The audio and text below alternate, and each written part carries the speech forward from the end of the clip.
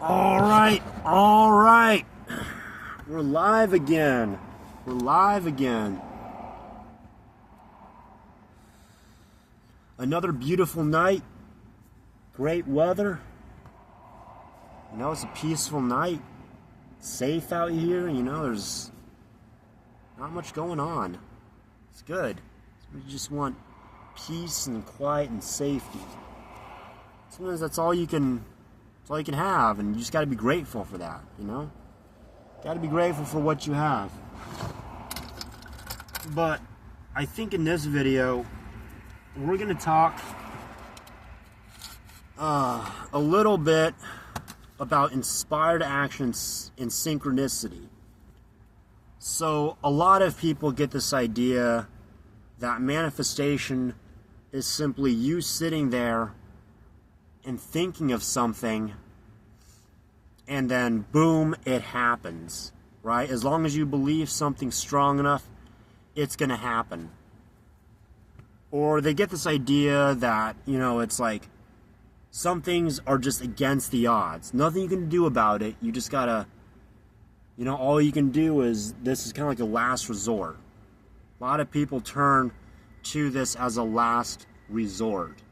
And those are two wrong ways to look at it. The right way to look at it is that actions and beliefs and emotions are all tied in together, right? You can't just have beliefs and emotions. You got to take action.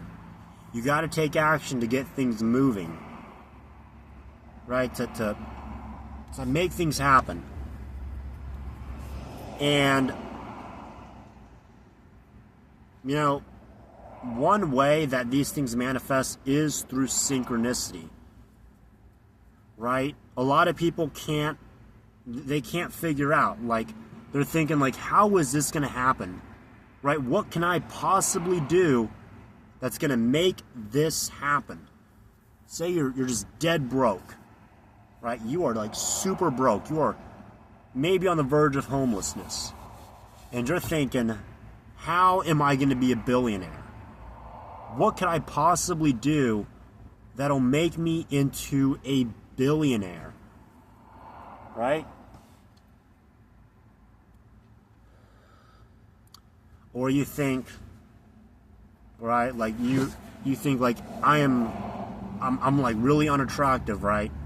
Short, I'm ugly, I'm bald, I'm whatever, right? I don't got the right facial proportions, whatever. And you're thinking, like, what could I possibly do to get a really attractive partner? There's no way it's going to happen, right? There's nothing I can do about it. But when you have beliefs and you have emotions, and you combine that with inspired action, you combine that with action in the right direction, synchronicity is going to play itself out. The universe has a way of just surprising you. Just kind of like making things happen, right? It's almost like the universe meets you halfway, but not really. The universe more of just kind of aligns itself. You could say that the fabric of reality changes ever so slightly to bring whatever you're attracting. Whatever you're attracting, it's going to come to you, right?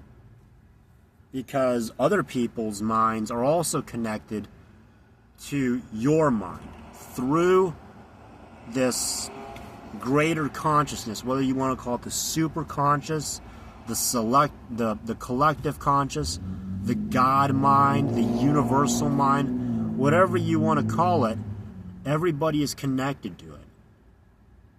And so by that, everyone's thoughts are all influencing each other.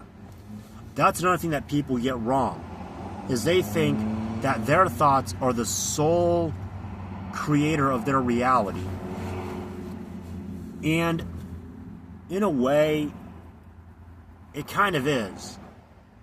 Because when you create certain thoughts it kind of sends out ripples in the universe. Just like, I don't know, you know, your mind creates waves. Like, it's been proven that the brain creates waves.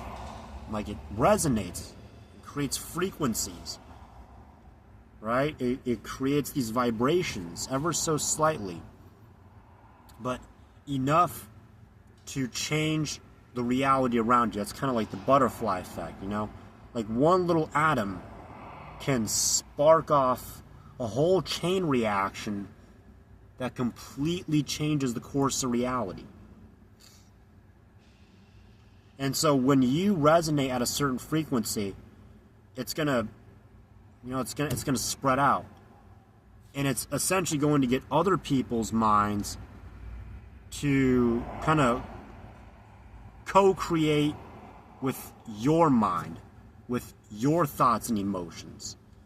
You think of it as these waves just kind of intersecting and colliding and moving together. You know, if you think of these sine waves, when you have two sine waves of different amplitudes and different frequencies and different wavelengths coming together, right? It creates a new wave.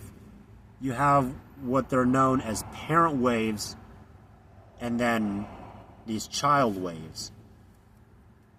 Now, something you learn about in math. It's really interesting stuff. I'm not an expert on it, but you know, it's just it's just something you got to experience for yourself. Like, I can't prove these things to you. Like, no one can prove any of this stuff to you. You have to try for yourself, and you got to experience it for yourself. You know, that'll be about it for this video. Peace out, guys. Peace out, everyone.